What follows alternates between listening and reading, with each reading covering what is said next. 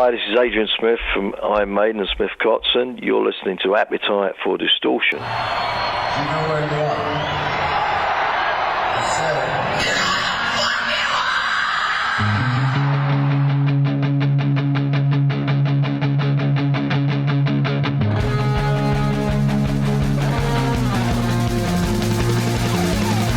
This is Appetite for Distortion.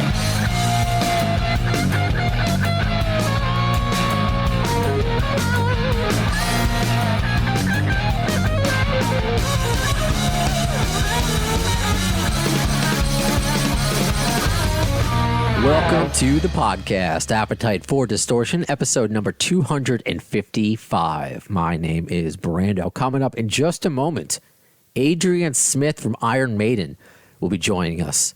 He and Richie Kotzen have a new album coming out entitled, appropriately enough, Smith Kotzen, so we'll be talking to him. And after we speak with Adrian, we'll be doing some shotgun news. But I need to set up this interview first because of the awkward nature of which I jump right into it. So if you are a fan of the podcast, you are aware that in addition to this Appetite for Distortion podcast, I work for Premier Radio Networks, iHeartRadio. And this passion project, this podcast, at times, like today, I've been able to infuse with my real radio job. So I am currently running a 2-hour radio tour for Adrian Smith, which means as he's promoting this new album with Richie Kotzen, he is talking to different radio stations around the country. So it's my job to get him on the phone and to get different radio stations on the phone and have them together, you know, and then record it and all that fun radio stuff. And this time, because that's something that I do, but I'm also one of the stations to connect to. So here we go. All right, Adrian, your next interview is with me. Oh, it is?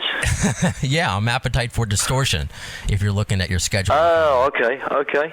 You know, it's interesting, and I like breaking down the fourth wall for my listeners. I let them know that, you know, the podcast I do infuses with my regular radio job, and I'm on the phone with Adrian Smith for 2 hours, so I feel like I know all the answers to the questions, and now I'm just asking you, and I'm going to be annoying. But you know what? A good way to hide underneath that, I think, is through my listeners, because they were excited to hear from you. This is from Tommy Bell from New Jersey. So he simply asks, how did the collab with Richie Kotzen come about? How did it come to fruition? I've known Richie for 7 or 8 years and became friends. Did some jamming. You know, I got a house here over on the West Coast, so I have a studio. I have friends over. Richie and I jammed a lot. We played a lot of old 70s stuff, and we thought someone suggested we write together, so we gave it a shot, and we got on great. And next thing you know, we got an album, you know. Amazing. And I love how I've heard that answer for an hour and a half already. It's not your fault. You know, to break even more of the fourth wall, because Richie currently is also doing a 2-hour radio tour, talking to radio stations all across the United States. So I want to know, do you, like, after something like this, because obviously this isn't your first rodeo, do you guys talk about, like, hey, you know, that radio interview was great, that was not good? Do you talk about, you know, interviews in addition to everything else you talk about? A little bit, yeah, a little bit. Okay. Yeah, and you know, I've seen some of the stuff Richie's. You just got to make sure he's saying nice things about me. You know, that's all. Exactly. Because I've heard you again. It's like so I can't help but be real, because you had mentioned throughout the interviews I heard this morning about all the collaborations you've tried, and perhaps they haven't reached the level of this with Richie.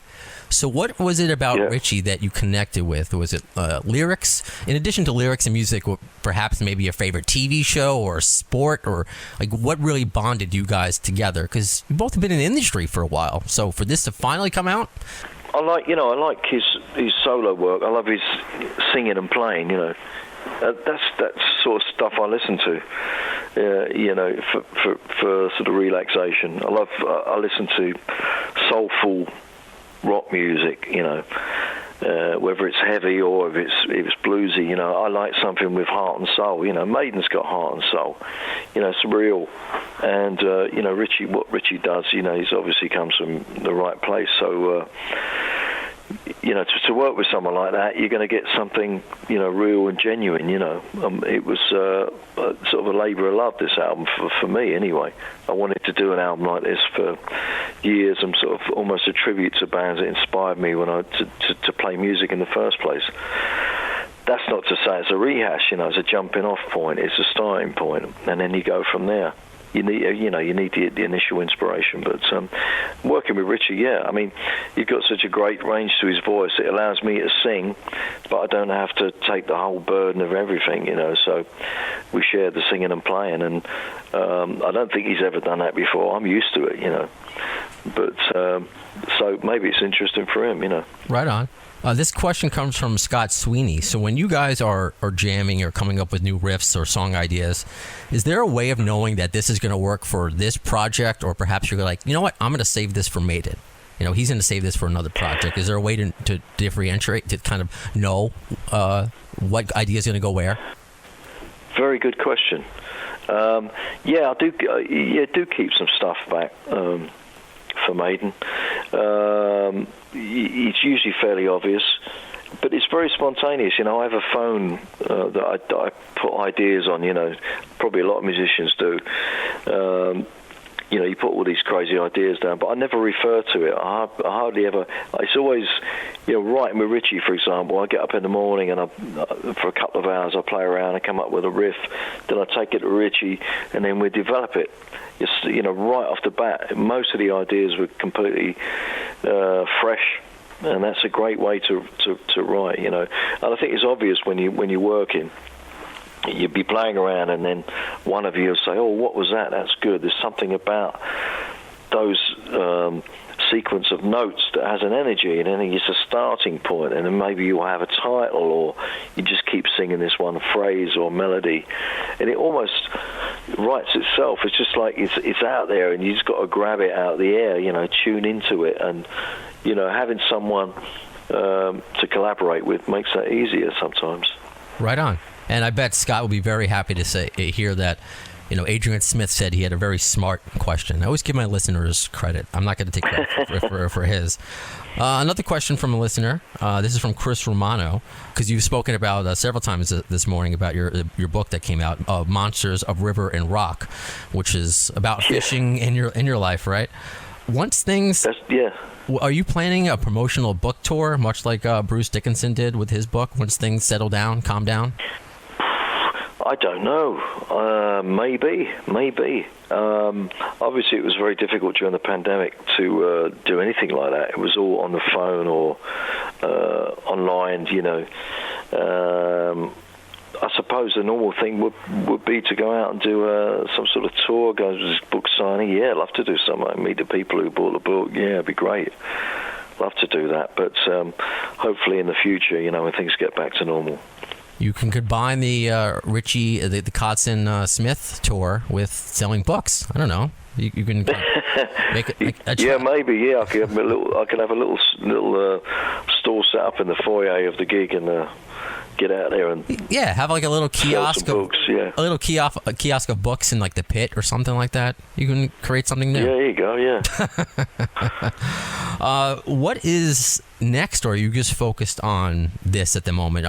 Is there like a plan that's just like an idea right now that you haven't formulated yet? Or what's the next big thing that you perhaps want to, sink your teeth into? I don't know. I've been pretty busy with a book and then doing Smith Kotzen.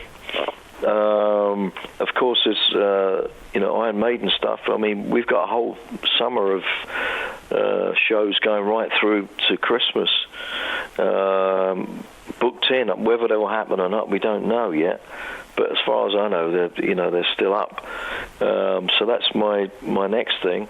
I'll be doing some more writing with Richie while I'm over here in LA, or hopefully. We want to do more Smith Kotzen stuff. We'd like to do some shows towards the end of the year, if that's possible. So there's lots of things in the future that keep me busy. Cool. And at least we have 2 more things to keep you busy this morning, because as I wrap up my portion of the interview, and also as I'm home, my cat is walking on the mixer, so I really hope he doesn't hang up on you by accident. GB, please get down. 'Cause we have Never work with children and animals, they say. It's the way it is now.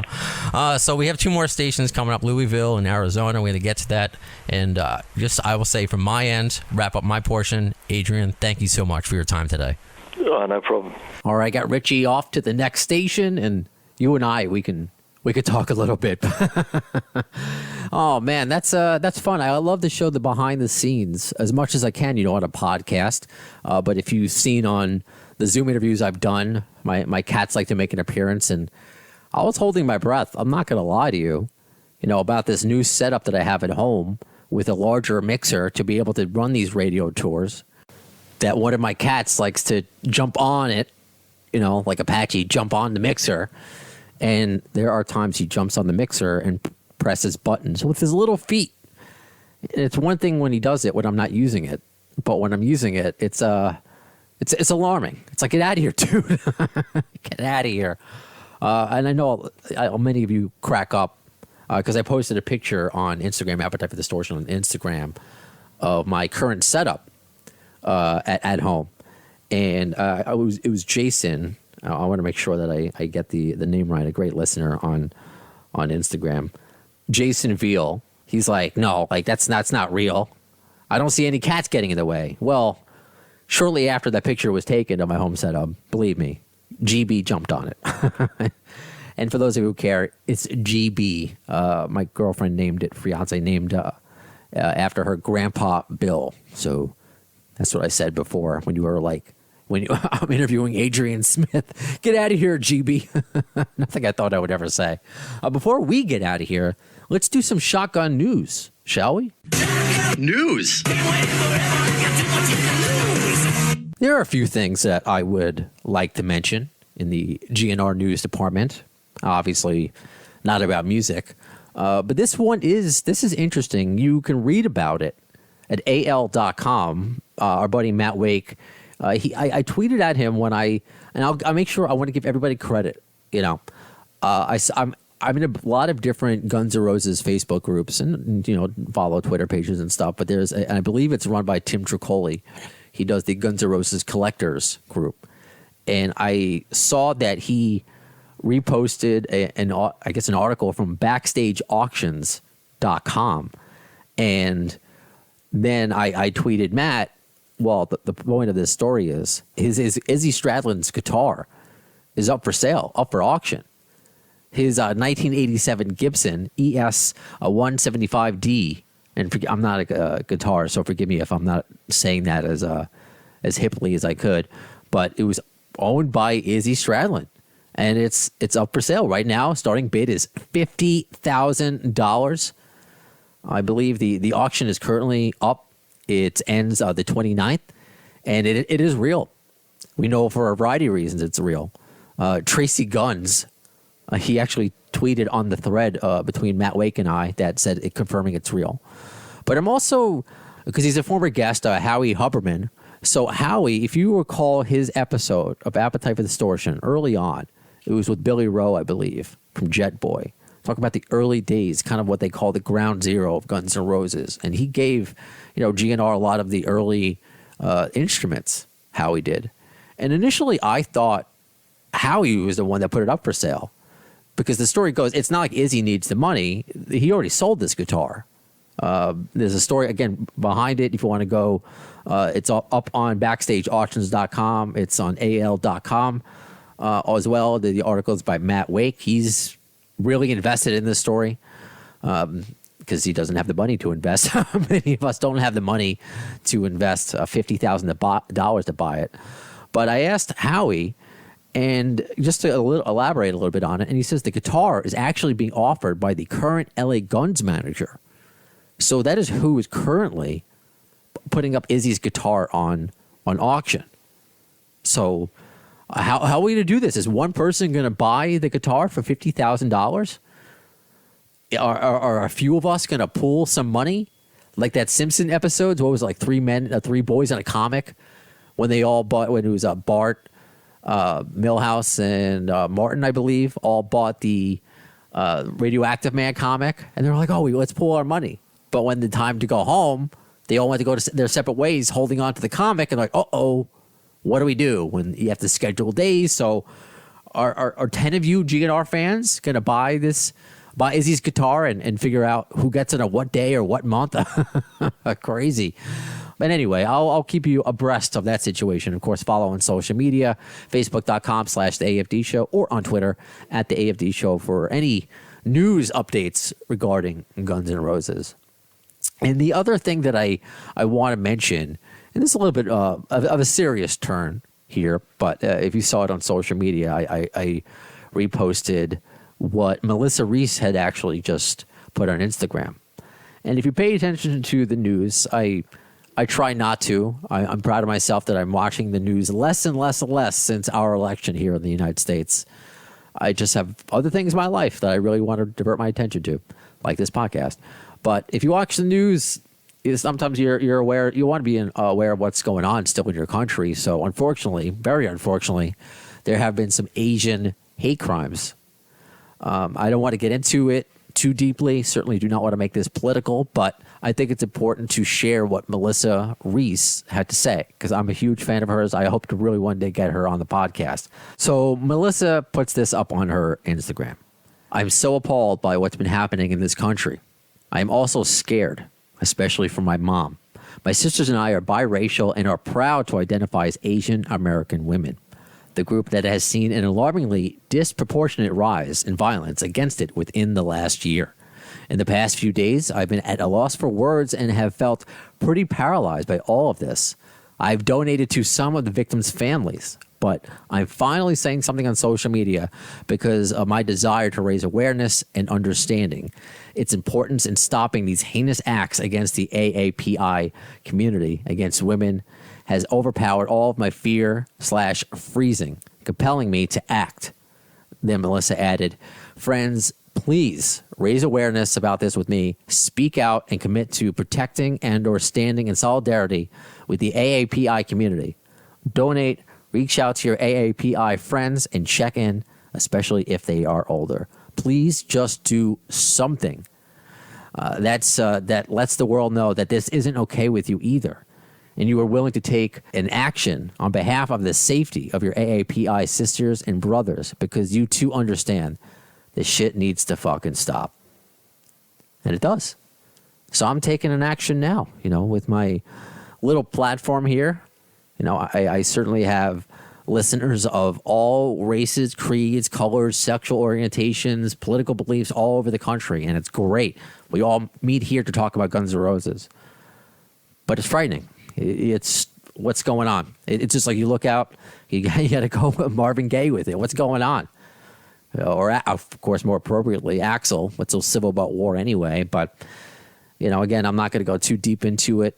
This podcast is to get away from all that. It's an escape. It's an escape for me. Hopefully it's an escape for you.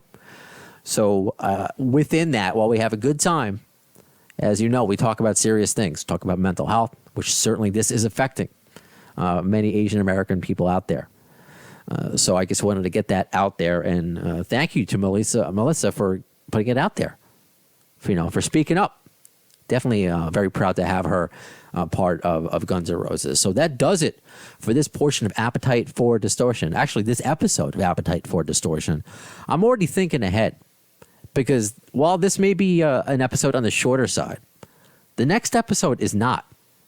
I have a feeling I'm going to be talking to journalist David Wild for a long time for next episode. That's right, David Wild. You may remember him. He did the interview with Axl Rose for Rolling Stone in 2000, and he was actually the last person at Rolling Stone that Axl spoke to. And David Wild is thanked in the liner notes on Use Your Illusion. And what's funny is I saw this because, with Twitter and Facebook, all these social media, other accounts pop up, what your friends like and retweet pops up. So I just saw Matt Wake retweet David about voting in the Rock and Roll Hall of Fame, and I responded, let's get Soundgarden in there. And then David, next thing I know, he proceeds to follow me and then inboxes me and says, I'm a big fan of your podcast. I'm actually a little surprised you haven't asked me to be on before. I'm like, what? You know who I am? And I didn't even have to sell you about coming on? Okay, great. And it happened just like that. So next episode, David Wild. As far as more guests to come, which they will, Facebook, Instagram, again, YouTube, putting a lot more episodes, working that hard on that. So please follow and subscribe on YouTube. And if you want to, as the weather gets warmer here, at least in New York, if you want to start wearing short sleeves again, plenty of T-shirts available at redbubble.com. Appetite for Distortion T-shirts. Okay, so when are you going to see the next episode? Who's the next interview going to be? Well, I guess I told you. But when is that going to come out? Well, in the words of Axl Rose concerning Chinese democracy, I don't know as soon as the word, but you'll see it.